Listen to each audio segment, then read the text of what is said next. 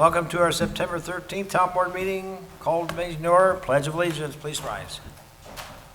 I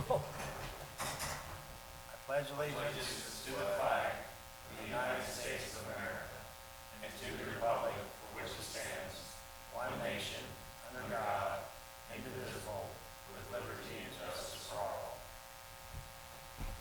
Thank you. Tonight, the invocation will be given by Pastor Justin Sherritt from the Kirk of Holly Springs. Welcome back, Pastor. Thanks for coming. Mayor Sears, members of the Town Council, thank you so much for the invitation, and our best thoughts for the town and for all of the responders as you prepare for Hurricane Dorian. Let's hope and pray that it doesn't come inland like it is, but let's open with a word of prayer. God, our Creator, Lord of wind and rain, Lord of the storm, we pray for your peace even as the storm approaches. And we pray for the peace of those who are dealing actively, even now, with the impact of Dorian. We pray for responders, and we pray for those who have found themselves in the path of this storm as victims. Grant them all, O God, strength.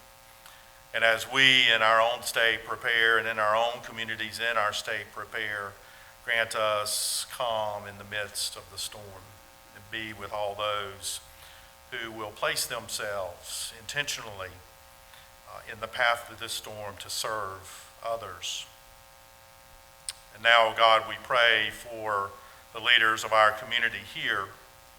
Grant them a sense of wisdom and compassion and justice as they engage in their decision-making process this evening. We pray these things for the sake of Christ. Amen. Amen. Thank you, Pastor. Item number 4, adjustment approval of September 3rd, 2019 meeting agenda. Mayor Pro Tem. Motion to adopt the September 3rd, 2019 meeting agenda with no changes. Second. Motion been made and seconded. All in favor? Aye. Opposed? Motion passed unanimously. Item number 5, public comment period. No one signed up, so we'll open and close the public comment period and go directly to agenda item 6A, requests and communications, a Sug Farm Picnic Shelter update. Leanne Plummer, Parks and Recreation, and Kimberly, no, just Leanne. Is Kimberly here? I don't think Kimberly's here this evening, so I bet you can handle it. so it's just me Just this you. evening. That's yes. good. So good evening, Mayor and Council. Good Again, Leanne Plummer with Parks and Recreation. I'm here tonight to give you an update on the Sug Farm Picnic Shelter project. If you recall, in May, Kimberly came to you before we went out for construction bids to give you an update on the project. And so tonight is just for informational purposes only. If you recall, in January of 2018, a project was presented before Council for approval with a budget of $800,000 to construct a 7,000 square foot picnic shelter with a wood-burning fireplace, as well as restrooms, both men, women, and a family restroom facility, accessible parking, and a small gravel parking lot in order to support the operations at the park. So we did go out to bid this summer. We did have 2 rounds of bids because the first round yielded no submitters, if you will. And so during the second round, we received 3 bids, $1.9 million, $1.9 million, and $1.4 million, which was considerably higher than what the original $800,000 project budget was. So just to kind of give you a quick update, as we mentioned, the project was originally budgeted at $800,000. To date, we've spent about $53,000 on engineering and design. With the apparent low bid of 1.4, the difference, including some fixtures and furniture, in particular picnic tables that will need to be included, we're looking at a total funding gap of approximately or over $700,000. With this new information in light, we kind of went back to look at what the course of action might be available for the park. And we revisited the Sug Farm Master Plan to look at other park amenities and to kind of see where this shelter may fall within the priority areas. If you recall, there were various amenities that were recommended as part of that master plan, including mountain bike trails, a dog park, a pump track, picnic shelters, although not necessarily a large event shelter as this one has been designed to be, an amphitheater, community gardens, natural play area, ropes course, and bouldering, as well as some other amenities that would also be possibly recommended for the park. So with that, we are currently looking at 4 possible courses of action. We will also be sharing these courses of action with the Recreation and Parks Advisory Committee next Thursday when they do meet to get some recommendations from them to move forward. We don't have all of the financial data from the consultant to answer some of the questions about these options, but nonetheless, I do want to present some possible courses of action to you for consideration and maybe some feedback for us as we gather the additional information. So our first course of action could be moving forward with the scope of the project and the apparent low bid of $1.4 million, and to look at that additional funding gap through the Parks and Recreation Reserve Fund. Another option would be to reduce the scope of work, which hopefully would decrease the cost. It still may result in some additional funding requirements, however. Some of the considerations that we've asked the contractor to do is possibly remove the catering kitchen, eliminate the fireplace, and really standardize some of the finishes. We had some really special effects, if you will, for the picnic shelter to make it a grand amenity, and because of the cost, we're looking to see if we can value engineer it down to maybe a more affordable price. And again, once we get those costs back from the contractor, we can share that. Another option would be to keep the restrooms and the accessible parking. We realize those are critical elements to open Sug Farm to the community, and remove the shelter from the project at this time. We would, if we were to build the restrooms, we'd keep it in the same footprint, utilizing that engineering that has been spent to date. So the design actually has 2 components, one being the restrooms and one being the shelter area. So we could just build the restrooms using that current design and engineering and leave the footprint available for future shelter development if that's the course or direction. So if we just go with the restrooms, one of the other considerations might be to look at an alternative amenity that was part of the Sug Farm Master Plan, such as the dog park, a mountain bike trail, or a natural play area. I've asterisked the dog park because that was something that also not only showed up in the Sug Farm Master Plan, but was also part of the informal community survey that was done, I believe, this past fall or past winter, in what types of amenities that the community would be looking for. So that seemed to kind of rise to the top of a community desire. So I share that with you as part of this consideration. And then the fourth option certainly would be to only construct the restrooms and accessible parking to kind of, again, stay under that $800,000 original budget, which is what we would expect those costs to come in at. So at this point, as I mentioned, we are still collecting the financial information from the construction company, and we'll also be getting some recommendations from the advisory committee to move forward and bring those recommendations back to you at a future meeting. But if there's any other further considerations or feedback, I'm certainly open to any questions or ideas that you may have. My dog Lucy asked me for everybody to really consider the dog park. That's all I'm going to say. Other questions or comments at this point? This is for information only, obviously. Leanne, going Yes. back, would you, if we go back to the other options, do you have an estimate of how much money we would have coming in to help offset? Like if we did do a dog park, there wouldn't be any fees, but if we had a catering, is there numbers of what we anticipate revenue to help figure out what would be the best Yeah, that's a path? good question. I don't know that we've done any pro forma in terms of the operation models. We've set those fees for the shelter Okay. rental. I think they were in this past budget fee schedule, but depending on the demand would vary in terms of what we would expect to bring in from a revenue perspective for renting the shelter. Right. It's just a consideration when I look at Sure. the numbers to see how much we would have coming in to help. Councilmember Kelly, if I could add to what Ms. Plummer said, and she's exactly right, and it is difficult to estimate right now, but I think it's fair to say it would certainly not be in the hundreds of thousands of dollars. I think we'd be lucky to get, a few $1,000s, maybe some tens of thousands of dollars, but Okay. Probably not in the scale that would compensate for the funding gap at this point. Because at one point, it talked about the catering kitchen and weddings, so it felt like it was going to be a potential wedding venue, and it might be more than just a little money, so, okay. Yep.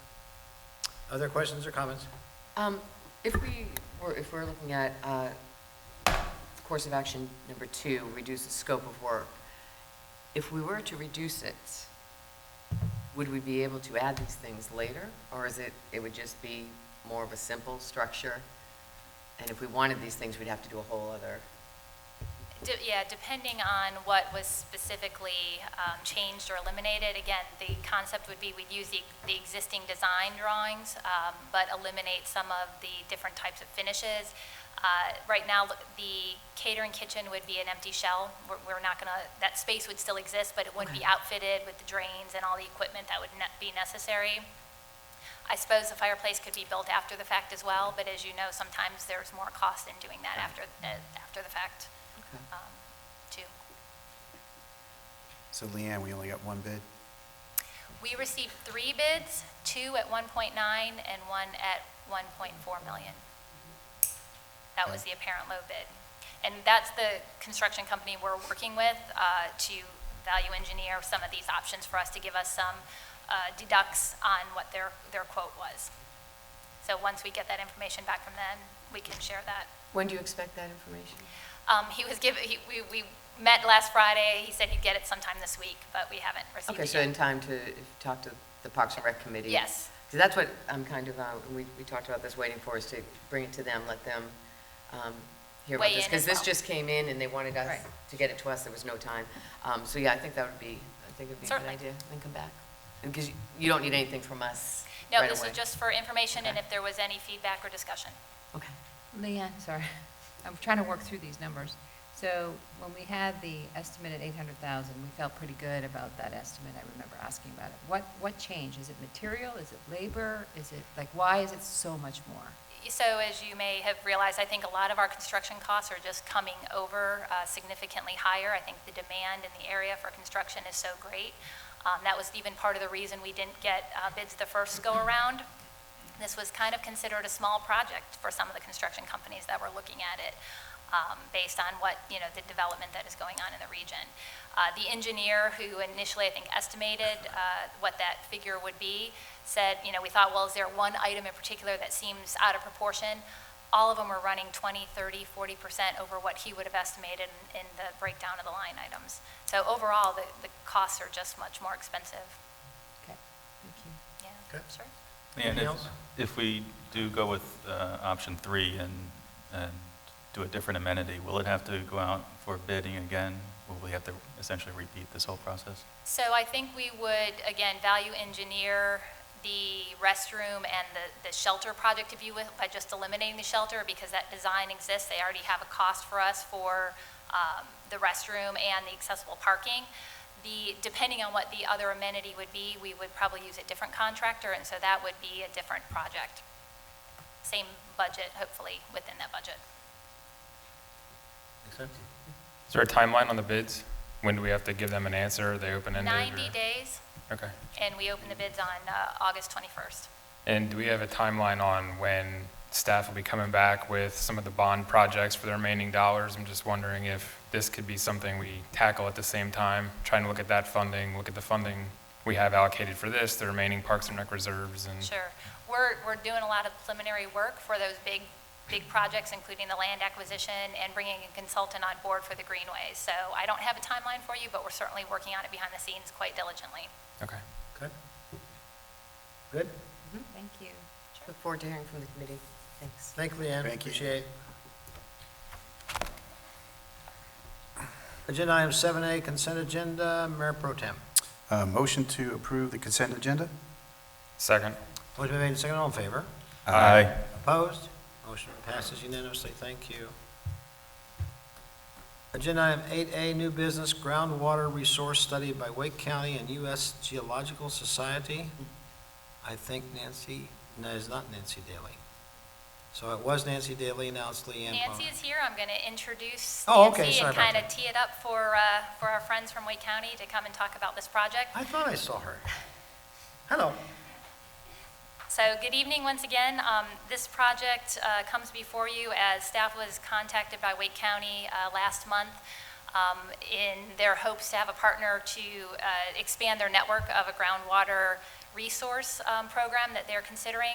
They contacted the town looking for inactive ground wells, and after an inventory analysis for the town-owned property, there were no inactive wells. We had active wells that were being utilized for drinking water, and we had closed or capped wells within our parcels, and so that would not qualify for the need that they had. So as a result, we did a tour over at Womble Park to possibly look at some site considerations, and so Nancy Daly is here from Wake County Environmental Services to kind of talk about the program and what their needs are, and to ask for either a motion to authorize or deny a request to utilize Womble Park as a monitoring site for their study. So if I can, I'm going to turn it over to Nancy Daly to kind of present some information to you, and then we'll come back for the motion. Thank you. Welcome.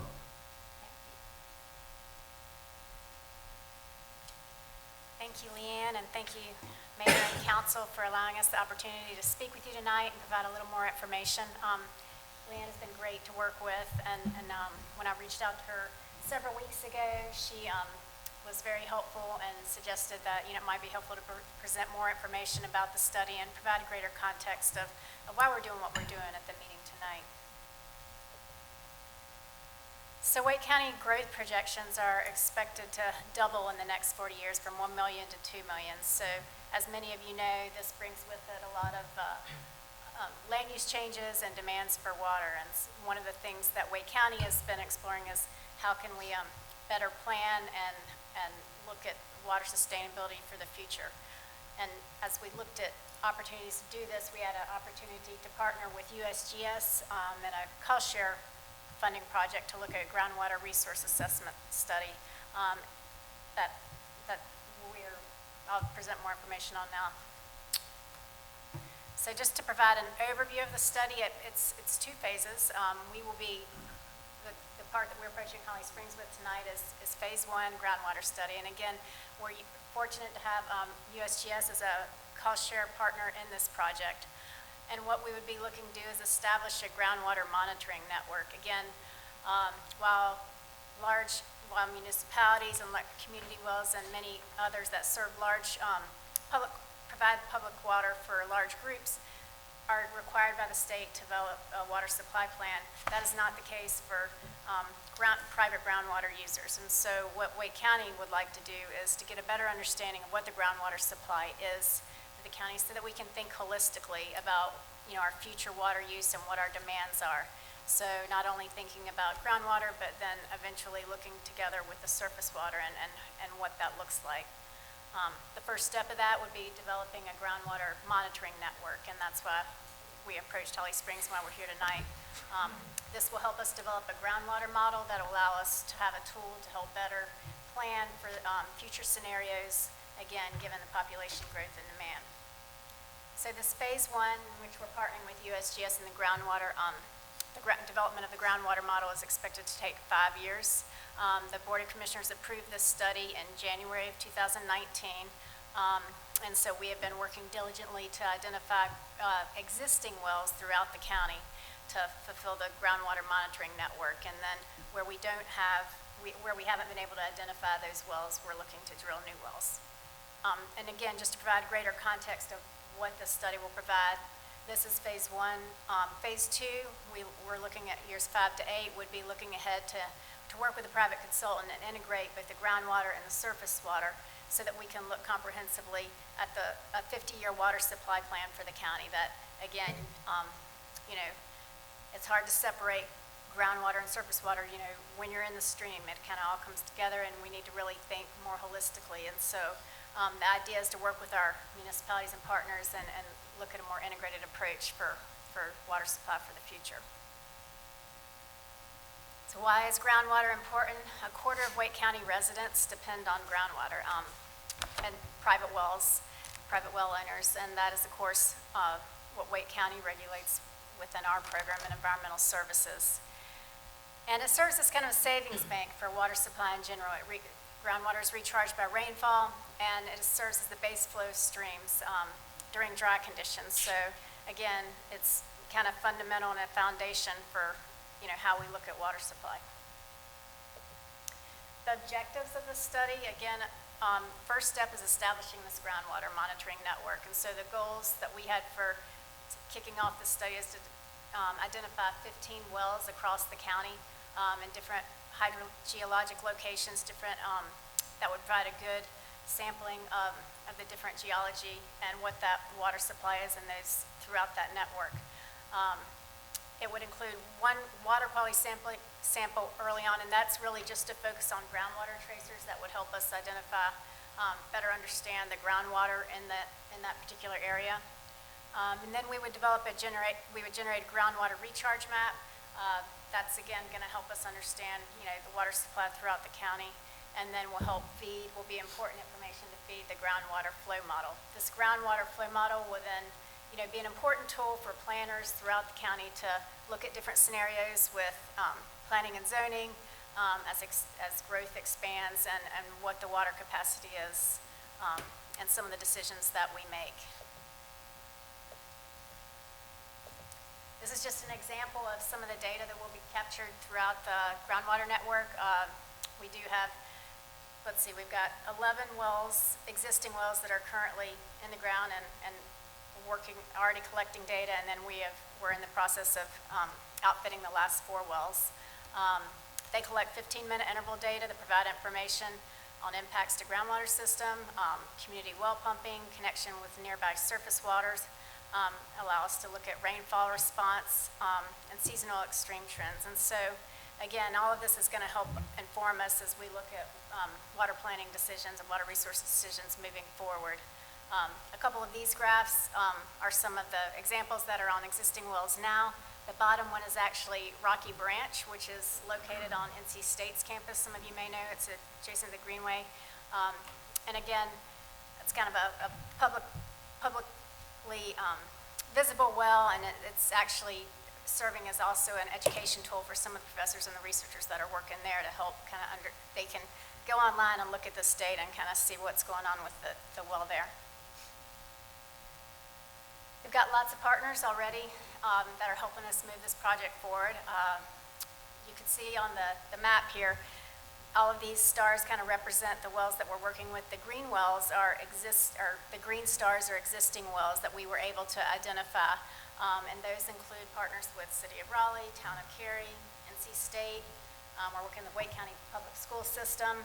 We're working with Wake County Parks for an existing well in North Raleigh, as well as some existing wells that already exist through NCDEQ.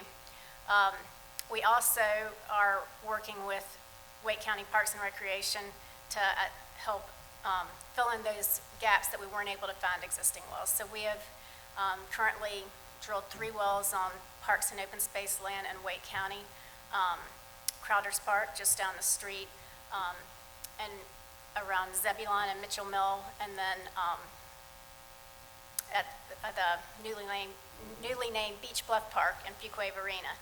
So those are areas that we've installed new wells because we weren't able to find the existing. So why Holly Springs? This was a tough area. As Leanne mentioned, we looked and we talked and we kind of knocked on all the doors that we know to knock on. We weren't able to find an existing well that wasn't currently in use. And this was a really important area for us to kind of install a well and better understand the water supply. So again, in working with Leanne, she helped us kind of think through what sites might be most appropriate. We took a look at Parish Womble Park, and that seemed to be a good fit. So here's just an overall area view of the park that I'm sure you're all familiar with. The proposed well location would be just north of the volleyball fields and the parking lot, just adjacent to the tree line. These, you'll see a picture briefly, kind of what the monitoring well setup looks like, but they are run by a solar panel, and they would just basically be feeding kind of live data to USGS network. It's just to give you an idea of what the well would look like, again, the picture to the right is what an existing kind of monitoring setup is. It would be a 6-inch borehole well. We're drilling to approximately 200 feet, and our agreement with USGS would allow for monitoring for 5 years. Ideally, Wake County would be able to continue the monitoring beyond that so that, we would be able to maximize the benefits of this network. It would include a pressure transducer within the well. Again, a solar panel will provide that power to collect the data, and an antenna. This doesn't have any cost to the town, however, the town would have full access to the data.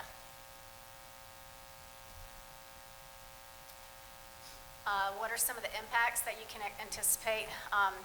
It's mainly just with installation, and so there will be some noise and some large trucks for the first 2 days to get the well installed. This is an example of the drill rig that was installing in Zebulon off Mitchell Mill Road in North Raleigh a couple weeks ago.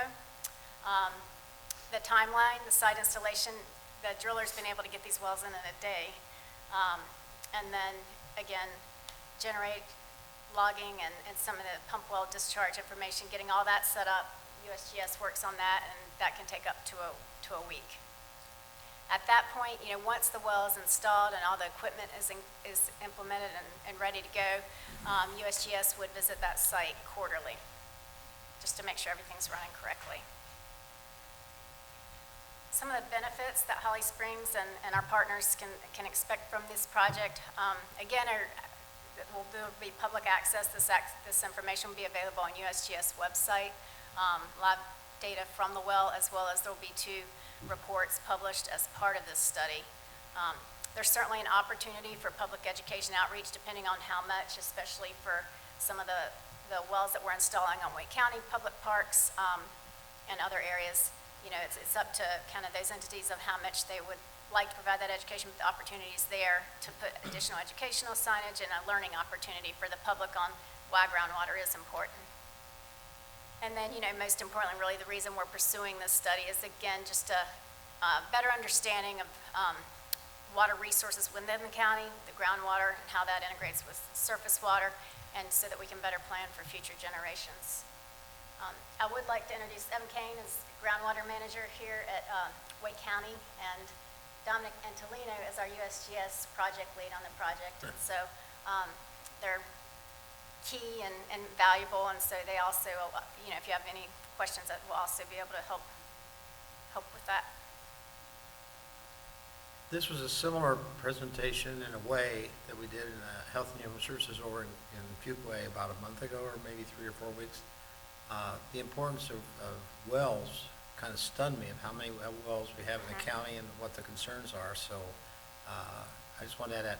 Quick question, generator, expand on that just a little bit for us. As far as how often it goes, does it go all the time, part of the time? So the wells will be run by solar panels, so there shouldn't be a generator. Okay. There will not be a generator. Okay, good. There was a generator on the list, that was for logging, that would be 2 days Got it. max, just to run the equipment number off. Thanks, sir. Okay.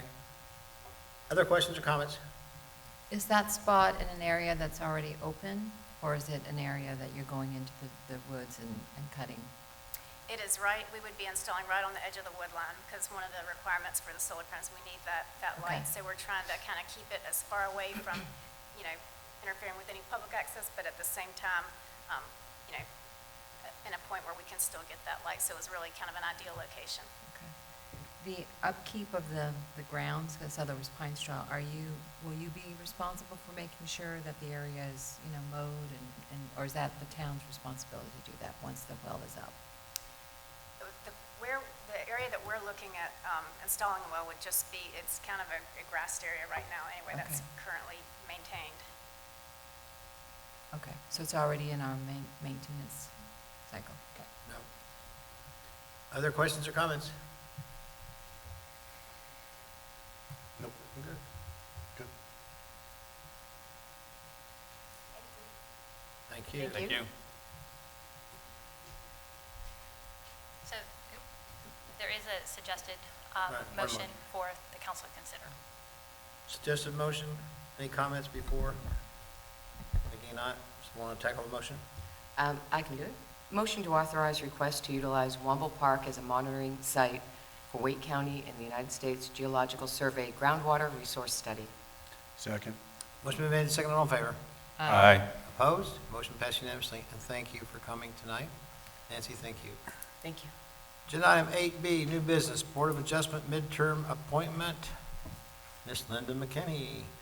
There was a vacancy in the Board of Adjustment when Tom McKay resigned. We advertised for the vacancy in accordance with your appointment policy. We received 2 applications, one Jason Green, one from Andrew Hartman. Y'all have voted by ballot, and Jason Green received 5 votes, so unanimously. Say that last part again, I missed it, I'm sorry. Jason Green received 5 votes, so it was unanimous. Unanimous vote from Jason, okay, thank you. I'll make the motion to appoint Jason Green as an in-town alternate member of the Board of Adjustments to fill the remainder of the term ending February 29, 2020. Second. Motion been made and seconded. All in favor? Aye. Opposed? Motion passes unanimously. Thank you, Jason, and thank you, Andrew, for signing up too. Agenda item 8C, Civil Emergency Ordinance, Randy Harrington and John Schifano, Town Manager, Town Attorney. Great, thank you, Mayor. Very timely subject. Well, I do want to clarify probably out of the gate that we're not asking to declare an emergency. No, not yet. Anything related to hurricanes. Maybe not. So just to be real clear on that. No, but this is an opportune time. We wanted to bring before you for your consideration an opportunity to provide some clarification on the roles and procedures around issuing a declaration of a state of emergency. And so tonight before you, we just want to cover a couple quick slides, and the Town Attorney, Mr. Schifano, and I will cover these, but I will start out. In North Carolina, general statutes provide for councils to declare a state of emergencies, or councils can delegate that authority to the mayor. And in many cases in North Carolina local government, that is delegated to the mayor, which you commonly see across the state.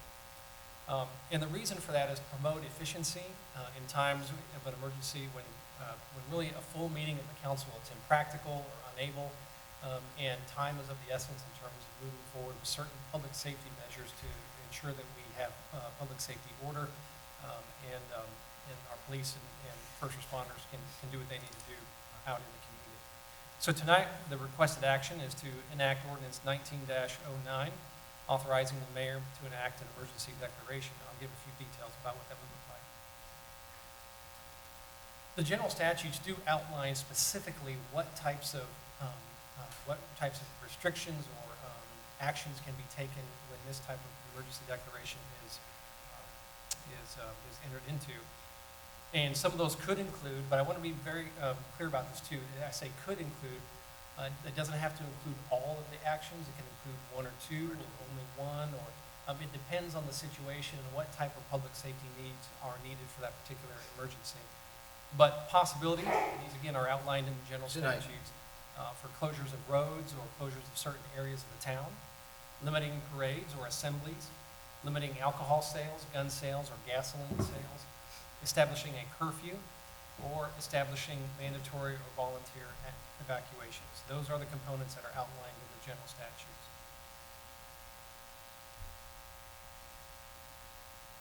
And so what we're proposing to you tonight is that within, if a recommendation to come before the mayor would come from the town manager, and the town manager would do that following consultation and advice from the fire chief and the police chief. Naturally, they're the two who are most engaged in a civil or natural emergency. And so first seeking their advice, and then upon a written recommendation, and that written can be either handwritten, or it could be email, or it could be text, but in some form that is documented that there is a request to have that formal declaration. And it would only be used for a true emergency and only for the duration of the emergency. It can be rescinded upon the mayor, upon a recommendation from the manager, or it can be rescinded by the full body, an act of the town council at a regular meeting, or any particular meeting if you wanted to call an emergency meeting. So you can also rescind it in that particular way. So those are the key elements that are before you for your consideration. And again, the interest here is to to clarify exactly what those roles are. And I think it would be an update for us that will help us down the road in the event that we had such a case where we needed to act quickly in maintaining public order. Questions or comments? Nothing new.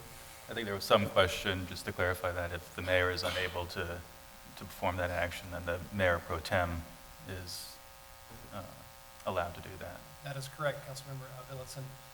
Yes, and the general statutes do provide for what I would call general provisions that across local government affairs, that if the mayor is unable or geographically or incapacitated, that the next fall in line would be the mayor pro tem. And then after that, if for some reason, after that would be council.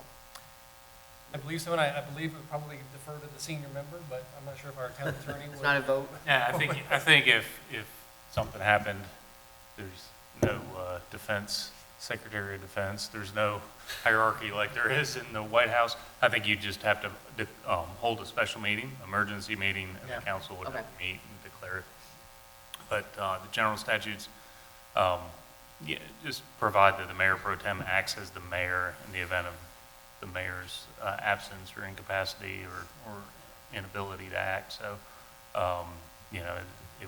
it would just naturally fall in line with the mayor pro tem, but in the event that there are two events of The council vote. incapacity, that I think that we'd have to have the Don't go to the council. Bahamas. hold a- Don't go to the Bahamas. We got to keep you guys separate. And Yeah. different. That's true, that's No true. fishing trips. Keep your phone by your bed when he's out of town. Just an additional comment, this is pretty much the same case as all the mayors that I know. Same thing, it's just putting it in, shall we say, a statutory type of thing, writing, that everybody is on the same page. And that's about all there is to it, not much more. Any other comments or questions? Nope. Nope, okay. We will need a motion someplace, perhaps? Yeah, we have a motion. Thank you. There it is. Okay, somebody hit it. Motion to adopt ordinance 1909, authorizing a mayor to issue a declaration of civil emergency. Second? Motion made, second, all in favor? Aye. Opposed? I'll do my best. Motion passes unanimously. And hopefully not necessary to do it. At this point in time, 8B, Carolina Springs Developer Agreement, partial assignment. And I'm trying to get to that. I think I got it screwed up here. That would be staff resourcer, John Stefano, perhaps? Yes, sir, Mr. Mayor, I think I can handle that. Back in, I believe it was May, the Carolina Springs Developer Agreement was approved by the town council, and it did several things. As you'll recall, it provided for a phased residential approach into the 1,700 unit planned unit development of Carolina Springs, and it dedicated 25 acres of parkland, allowed the town to purchase a 3 to 5 acre site for the fire station, and it put on the developer a requirement that some non-residential be built in a phased manner. The developer is Shenandoah Homes, and in order to facilitate the PUD, they're proposing to sell off the residential portion to a residential builder, Lennar, to construct the residential portion. The developer agreement is intact, 100%, so all the requirements of Shenandoah would apply to Lennar as well. From the town standpoint, there's going to be one entity that we deal with, and that's Shenandoah. So what this does is gives Lennar the benefits to the developer agreement, the certainty as part of their due diligence. However, it's in all respects, it'll just remain a town and Shenandoah transaction where we are just dealing with Shenandoah and Shenandoah and Lennar have a deal to assign whatever benefits that they need back to them. So Shenandoah will be the entity that we will point to for all the construction of the infrastructure and the reimbursements for those infrastructure. And so in all respects, as between the town and anybody, the mechanics remain the same. But this is a request of Shenandoah to do a partial assignment of the areas in blue to Lennar. Questions, comments, name change? Pretty much. Not Well, really even a name change. No. It just, in the event that the town were to breach this development agreement and say, we're not going to allow you, if the town were to wake up one day and say, we're not going to allow you to put in this infrastructure, and not only we're not going to allow you to do it, we're not going to reimburse you as we have contemplated in this agreement. If we woke up one day and said that, we would have two people suing us, Lennar and Shenandoah. So it's sort of so it gives the certainty that Lennar that the town is going to perform under that agreement. And the performance of the town is to allow the development to occur, to incorporate that sewer and water infrastructure and that park infrastructure, and to provide the reimbursements. The reimbursements, the physical reimbursements, from the town's perspective, are just going to flow to Shenandoah. It's up to Shenandoah to disperse it however they are going to disperse it to Lennar. And we've got representatives from Shenandoah and I believe Lennar, if you wanted to hear from them on that, or if I mischaracterized anything. questions? Well, this is, I think, going a little bit outside of what you're talking about, John, but, so, we made a lot of recommendations to Shenandoah when we approved this of what we wanted, the types of homes, what we're looking for. Don't want the same old thing. We didn't make that to Lennar. So I just, that's, like I said, it's kind of outside this, what we're talking about with the agreement, but I just wanted to see, along with the agreement, what else Shenandoah's passing on to Lennar. Yeah, so every promise that I made you in May is absolutely 100% intact. And I did tell you in a subdivision of this size, I mean, you're talking about,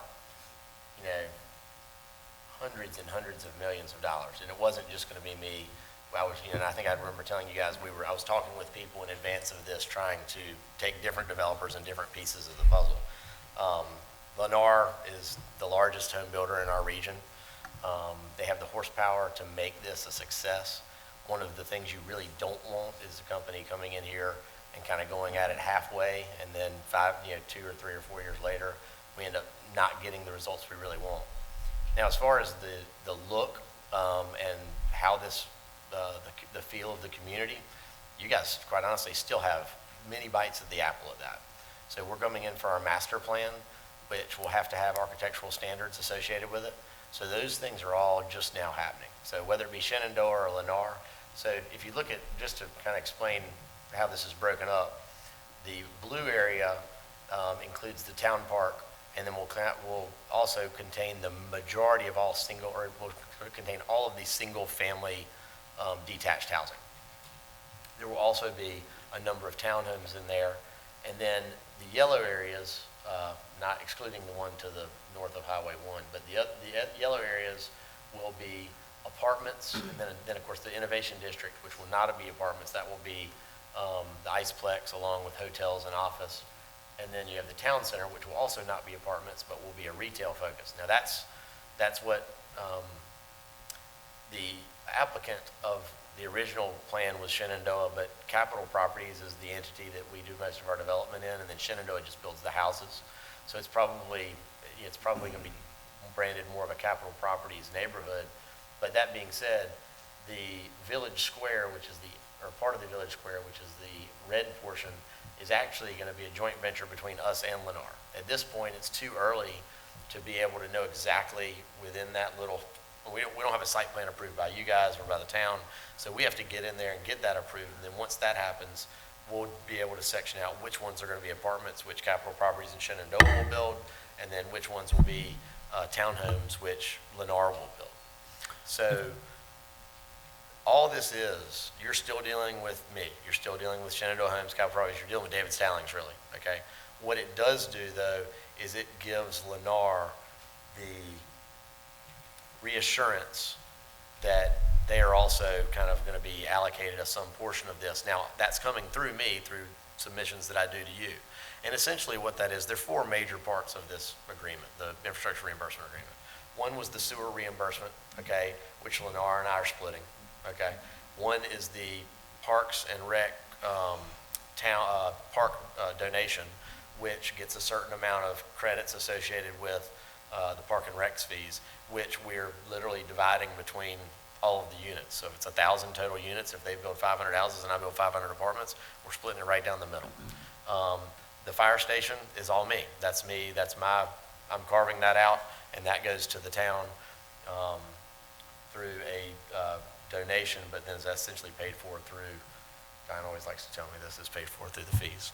So that being said, all this is doing is part of a due diligence that Lennar needs to have some self-assurance that they also have a seat at the table if something went bad. That being said, this is one of the last items, so we close on the property with Lennar next Tuesday. So, Quick comment, if I may Yes, sir. interrupt. Name and address, we didn't get that, please. Your name and address? for I'm the sorry, record. sir. Yeah, David Stallings, Shenandoah Homes, 3724 National Drive, Raleigh, North Carolina. Thank you. Questions or comments?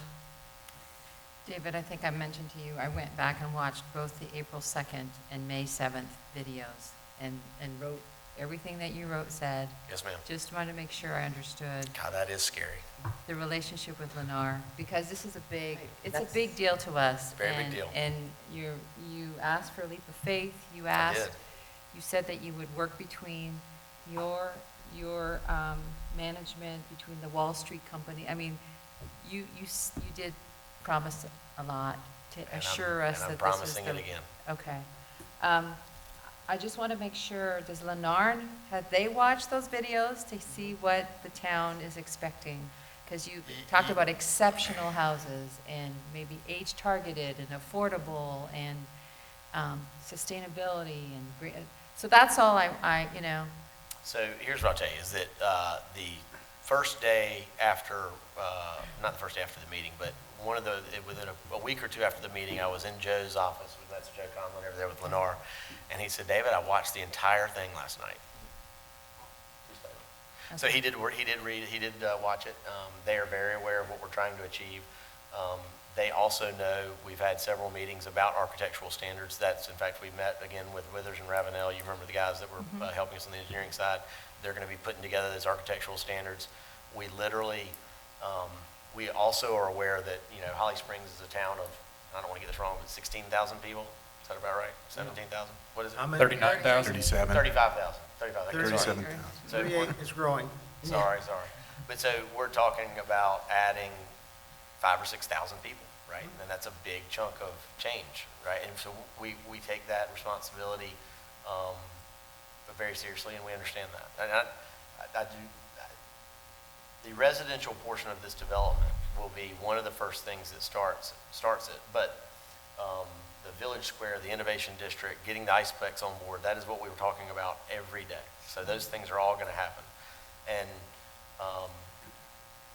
the fourth portion of the IRA, or the Infrastructure Reimbursement Agreement, that I didn't discuss was the percentages of retail and commercial that has to be built at certain levels. So you have to understand, Lennar is going to be building these houses, and if they get to house 251, and David hasn't done what he needs to do for the Innovation District associated with commercial or retail space, then there's a pretty huge penalty associated with that to me. So all those things are understood and are in play. I know that we have existing projects going on with Lennar in our town. I think this will be the first project they'll be doing where there's a minimum tree preservation that we have to have, because some of the other, the developments they've done, they've cleared the trees. So I just want to make sure Lennar understands that we are very sensitive to the trees and don't want to have to fight to keep every tree if it's something that Yeah, so, makes it better. so I will tell you this, Lennar is not the only group that's done that, and I'm not even familiar with the one you're talking about, but I'm not denying that it's there. I mean, Meritage absolutely destroyed and decimated the land due south of this. I thought it, quite honestly, was embarrassing. As a result, when we were dealing with staff to create the PUD document, that was one of the things that they absolutely were very serious about. We have a minimum disturbance of 75 acres, maximum disturbance of 75 acres at a time. We are able to go into other areas of the development if we need certain types of dirt, if certain dirt's bad soils or what have you. But, and we also have a buffer on the main roads. So you're not going to be driving down Woods Creek Road and you might be able to see through the first 20 or 30 feet of trees to see some of the development, but it's not going to be the right in your face type of situation that you had with 12 Oaks Phase 9 or whatever that was right there. And I'm not familiar with the Lennar one, but. Quick question, I'm sorry, go ahead. No, you go ahead. Just want to say a quick question, you mentioned the Iceplex. Who does that go through? Does that go through you personally, or does that through? Yes, sir. You mean how does the How- development or entitlement? Yes. Yeah, it'll be through me personally. So I have a contract with Mr. McLaughlin out to them now and Marty Lynn for them to review with their attorneys. I think I sent it to them about a week and a half ago. Okay. They don't want to sign it until we close on the property next week, but that's understandable. But I'm assuming we'll get comments very soon. We have talked extensively about the Iceplex and getting that moving and rolling. They are very time sensitive. The staff has created, quite honestly, what I would consider an unprecedented timetable with some coinciding entitlements so that it will try and squeeze that time frame in to get this thing under construction. They want to start as soon as possible. All I have to do is provide them a construction road to get to it. And as soon as I get that construction road in place, we're going to try and then they get their entitlements in place, then we're going to start it. But yes, all that'll go through me. It's an important piece. Sir? It's an important piece in my opinion. Yes, sir, I understand, sir. I've already ordered double blade skates. Well, I told, I will tell you this, in our agreement, I am also going to be an owner within the Iceplex. Good for you. A small portion, but I will be an owner, so I will be vested. Other questions or comments? So I just want to reiterate, David, that, as you said, Lennar has a strong presence in Holly Springs. There's always different representatives from Lennar that we get to meet. But since I've been on the board, Lennar has been the one that has really pushed the envelope with us. We've gone back and forth quite a bit. So what you're saying is any issues we have, you will take responsibility for? Yeah, so essentially you're going to be taking me to the whipping post every time you want to whip them. Well, hopefully not, hopefully not. I just want, as Councilwoman Kelly said, we just want to make sure this is a special project, and you know it took a lot to get where we are, so Yes, ma'am, I do. I just want to make sure that they are on the same page. Yeah, and so they will come in for their entitlements of the residential piece, okay, if some of these in blue, okay, and that will not necessarily, my name will not be on that submission, okay, but it will fall under the PUD which we created. Right. So what I would tell you is that, yes, I mean, whatever happens within this community that falls under this PUD is going to affect me one way or another. To the extent that we do something or they do something incorrect or I do something incorrect, it will reflect poorly on either one of us, the non-afflicting party. Right. So I will tell you that I have done things with Lennar in the past and worked with them in the past, and the people that are at the top echelon there I've worked with when they were at Standpack, and I would consider them to be some of the best in the industry. I mean, Troy George, maybe you will get to meet, but he's the division president. He's a very stand-up guy and would do what he says. Well, this is your baby, so make her pretty. Yes, ma'am. So in essence, you're subcontracting. Well, yeah, I mean, you can say it that. I mean, we're actually dividing some of the land. So they're going to own part of it, I'm going to own part of it, and we're going to own part of it together. So, like I said, this is a big, big deal. I mean, this is, easily $500 million of expense. It's more than that. It might be $1 billion by the time you're done. I mean, you have a $100 million Iceplex. So it's going to take a lot of different parties. You know, the only thing I can tell you is that, as long as I'm a part of it, which will be, it looks to me like 10 years, you know, I'm gonna have my name on it, and I'm gonna make sure it's done correctly. David? We have a long way to go. I mean, we have Right. lots of retail people to partner with. We've talked to 3 hotel groups. You know, we're looking to acquire some of the land. We've already had some of the landowners above us to the north where we talked about putting in that business park. We've had them contact me already.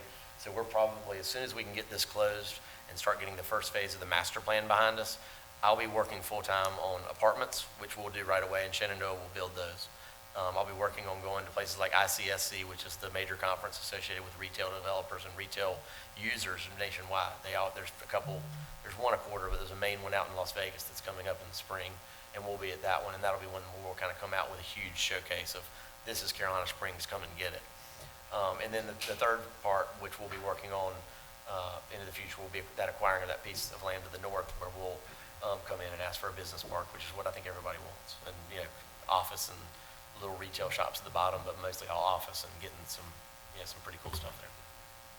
David, are you anticipating that Lennar will subcontract or partner with other people, like there's like a whole pyramid? No? I mean, I can't imagine why they would do it. Okay, I mean, because I think, quite honestly, what we're creating here is going to be pretty special, okay. right? I mean, we've got a relatively, I mean, it's not high density from the total number of acreage, but the look of it's going to have some of that urban feel. It's going to have demand. It's going to have amenities that no one, quite honestly, will have. I mean, even if you're at, you know, I guess if you're at Meritage here at 12 Oaks Phase 9 or what have you, I mean, there are some things that you'll be able to benefit from being here or being near us, but I mean, we're going to be, all these trails and everything are going to be running all through our neighborhood. Quite honestly, I think it'll be very special. Other comments? No? I'll No? just concur with what my fellow councilwomen have been discussing. It's got to be different than the previous Downton Townhome 2018 market park. Right, so- Bass Lake. The townhouses that I drive by every day and I see those trees gone and the big Lennar sign, yeah. so. Well, I understand, and quite honestly, that architectural standards, we're actually starting to work on those now. That literally is going to be kicked off this week. That's a big document. You guys have a couple that staff has shown us in the past that they say, don't do this. And then we've been handed a couple that are like in other towns that, you know, okay, we want something more like this. And these architectural standards, quite honestly, I mean, they can be, I mean, it's a book. So that'll be kind of the next thing we all talk about. So this is, I mean, I knew going up here in May that I was going to be up here a bunch. And I think this is the second of, like I said, many. And I think we'll be talking a lot about those things. So, you know, the opportunity to weigh in and advise on how that this community takes shape and what it looks like in its appearance is far from over. And I want to let you know, Gina know and town staff know, if you have any questions about where we're coming Tree line. from here, please reach out to us, especially, because we want to make it, you know, smooth for them also, but And David, you said this is a 10-year project. Have you had an opportunity to see what our future land use plan is or potentially could be? I don't know if you had an opportunity to take a look at that. I've looked at it, but I don't, you guys have a new one that's out like very recently? Yeah, so we're looking to finish this in the next few months or so. Okay, I'd like to see it. Okay, it's something maybe you want to work with Gina on that, probably. Absolutely. Okay. And I would assume that there will be many other opportunities during this time frame, whatever that is, that we'll have the opportunity to talk back and forth during meetings or workshops or whatever. Because we're with you on one point. This is a huge project, and we want to be a big part of it. Make sure it all goes well. And I know you do too. Yes, sir. Yeah, I mean, to the extent that there's anything associated with Carolina Springs that's on an agenda, you'll find I'll be here. Yeah. And if I can't, there'll be a good reason, and there'll be someone in my stead. Okay. Any other questions or comments? Good? Good? Thanks, sir. Motion. Motion to approve partial development agreement assignment. Second. Motion been made and seconded. All in favor? Aye. Opposed? Motion is approved unanimously. Thank you. And on other business, I'll just mention my crosswalk safety. We have pictures that prove two things. The police and fire know when to stop at crosswalks. and the geese know where to stop on crosswalks, right, Chief? He sent me a picture of, once again, the geese crossing at a crosswalk. Now, if we can get everybody to do the same thing, but one quick comment about that. We talk about the first car going through not stopping. Well, that's not always the case. What happened out front almost was a major accident.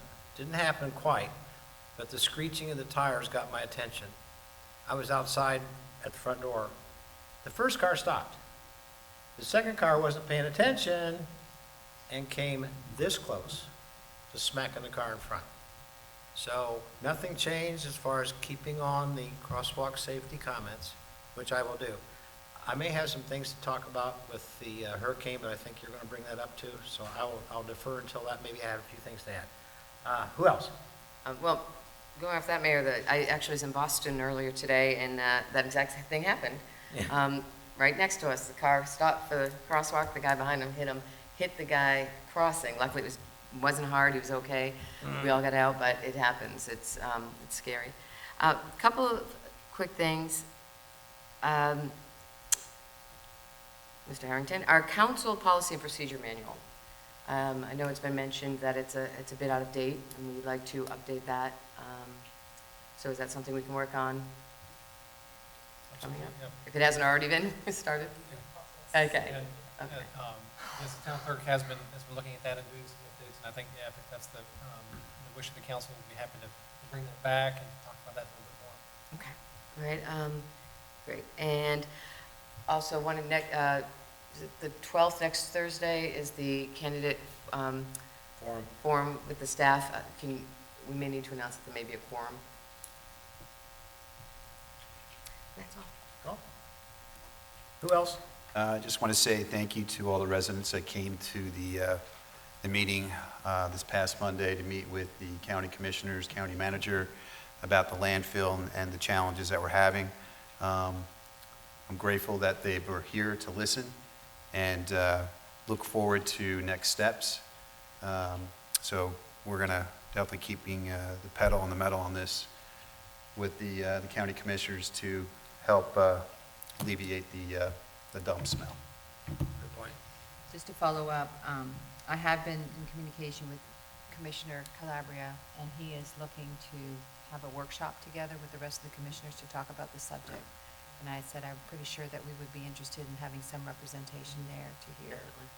And on Thursday, when they had the state of the town, County Manager David Ellison was on stage, and he said, I smelt it at Target, I get it, I see, and I asked him, did something change on Monday night last week when you were here? He says, yes, I feel like we understand now this is really a problem that we have to address. And at the meeting, they we asked them, like, is the air safe? And they had somebody that went through a lot of mechanics of the air particles and per billion, and I said at the end, all people want to hear, is it safe? He says, yes, it's safe. Okay, so that's, that was important for folks to hear. They also talked about how they need to look at new technology, that in the past we've heard there's a lot of rain. Well, the realization is there is going to be a lot of rain, so we have to do something different. So they're looking at foam instead of what they've been covering on now, and maybe that won't be enough. So I think it's a much more aggressive conversation we can have with them, because they know it's a pretty big problem. Just add, I'm sorry, go ahead. No, go ahead. Just going to say, just to add to your comment, both the county manager and Matt Calabria said twice, I get it, Yes. to your point. Yes. That was quite an accomplishment, because in the past 80,000 years we've been working on this, it's not quite always the same thing, so. No, I think something has definitely happened. I did want to ask you, I thought we reviewed the August 27th minutes, but I didn't see it on the consent agenda. Did that? No, did we pull them? they're not on this one, but they will be on the next. On the next one, okay, because they were in the packets. I remember reviewing them, so I was confused. Okay. Okay. What else? Anything else?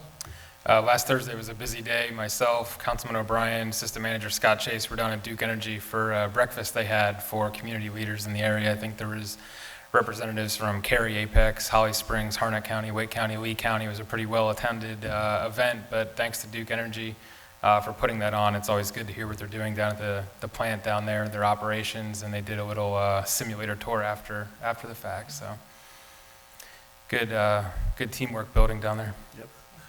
It's a good project. Anybody else? At this point in time, then, we'll go to item 10, the manager's report. Right. Thank you, Mr. Mayor. You're on, sir. Council members. Wanted to update you just briefly on some of the storm prep that the town is doing. And let me preface it by first saying that, every day citizens and you all expect us to operate and do what we need to do to serve the community, and particularly in an emergency. That's when you most need, your local government, your state governments and federal governments to really step up, to be organized, and to be able to respond in a way that our citizens can be proud of. And so one of the things I want to share with you is some of the behind-the-scenes prep work that our staff is doing. At this particular point, we hope that the Hurricane Dorian does not make landfill, but landfall. But but if it does, we want to be prepared. And so I think at this particular stage, we understand that the storm could come close to the North Carolina coast. We would see some impact from that, possibly 1 to 3 inches of rain, and possibly some tropical force wind gusts. So some of the things that and those are just the current predictions, and of course, those change and evolve here almost hourly. But some of the things that the town is doing up to this point, we did have an all-department director meeting this afternoon where we walked through virtually all of the departments and talked through preparation and what folks are doing. In the fire department, obviously, making sure that our stations are equipped with supplies and our generators are ready and our boats are ready in the event that those are needed. In police, our emergency operations center is ready, and the equipment has been tested, so we can stand that up if need be at the law enforcement center. Also doing some pre-staging of cones and barricades. You never know if you might have some flooding and you need to temporarily shut down a road, so we're prepared for that as well. In engineering, we're coordinating with Parks and Recreation and some of the homeowners groups, particularly those around the Sunset Lake, in the event that we did need to do some release of water at the Bass Lake Dam. We've done that in the past, and that has helped a little bit to alleviate a little bit of pressure, and we will continue to coordinate with our other partners. Obviously, at the wastewater treatment plant, doing measures there as well in the event that we have higher than normal levels of water coming through. Public Works, making sure that chainsaws are working and that we have adequate fuel supplies, and the catch basins, to the degree that we can, are free from debris and whatnot that might clog and cause some isolated flooding. Then, of course, in Parks and Rec, doing some scanning of our parks and greenways to make sure there aren't any loose items that could fly around, and so if anything that's loose, trying to make sure that's tied down or at least put away in a shed for temporary safekeeping. So those are some of the things that we're doing at this point. We'll continue to do more work and more coordination, so that in the event that we do get something a little bit different than what's currently predicted, we do want to be prepared for that. And I want to thank the folks. A lot of these items are things that citizens and you all never see, but there's a lot of work going on behind the scenes, and a lot of the folks here and others who aren't here at the meeting tonight. I want to thank them for those efforts. So no plans yet for command center at the law enforcement center, or, you've done command centers before in storms? At the law. No plans yet for that, because we don't know how bad the storm will be? No, we're just in that ready mode. Okay, Just testing, making sure that if we need to stand it up, that we can. okay. If I may piggyback on just a couple comments. I have the latest as of 2 p.m. today, and that came from Marty Clayton, who's the Director of Government Relations in Duke Power. Real quick, maximum sustained winds, 110 miles an hour. It's Category 2 right now. It's 105 miles from Fort Pierce. Present movement is up to 5 miles per hour. It devastated Bermuda. We saw the screenshots. Oh, it was terrible. And